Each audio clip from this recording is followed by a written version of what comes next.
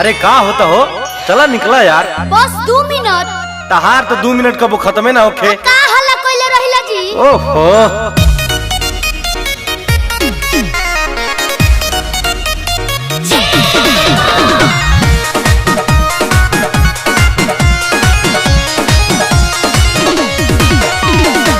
नया साड़ी पहन लेनी कैसियो लेनी झार पूजा के थाली में 9 गो दियरी हम तली हनी बहार सब तैयारी हो गई बाजी। नया साड़ी पहन लेनी कैसियो लेनी झार पूजा के थाली में 9 गो दियरी हम तली हनी बहार रुकी न लगा ली काजल ए जी काजल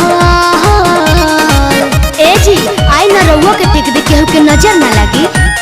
हर घड़ी रहेल सिंगारे में लागल ढेर मत बोली। हर घड़ी रहेल सिंगारे में लागल होले मंदिर में आरती के घंटी बाजल। अरे हर घड़ी रहेल सिंगारे में लागल होले मंदिर में आरती के घंटी बाजल। हमेशा तोहरा वही लग रहेला। ए देखी ढेर चिल्लाई मत। हद बा यार, सही कहला पर चिल्ला तनी। तब का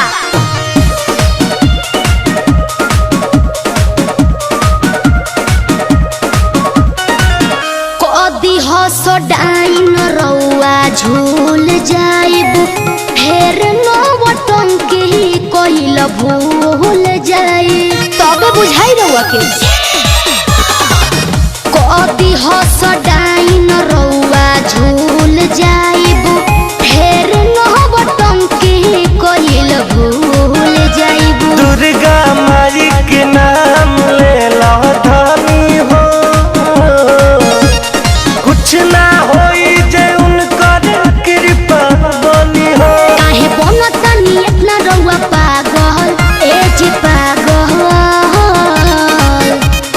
तनी 5 मिनट टाइम दी हमरा के। हर घड़ी रहेल सिंगारे में लागल।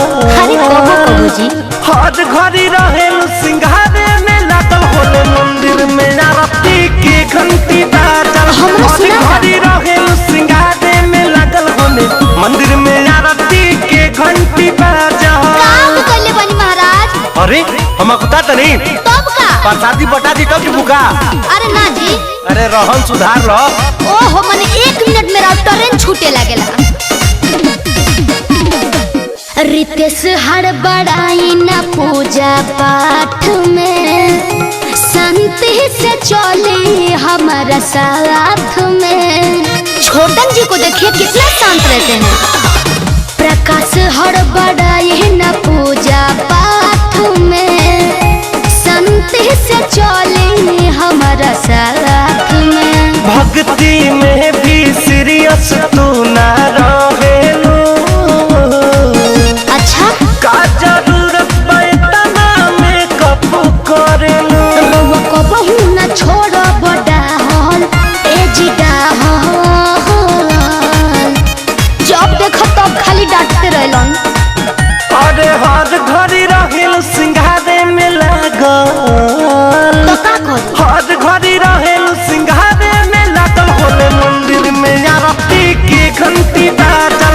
हर घड़ी रहेल सिंगारे में लागल होले मंदिर में आरती के घंटी बाजल। अच्छा चली।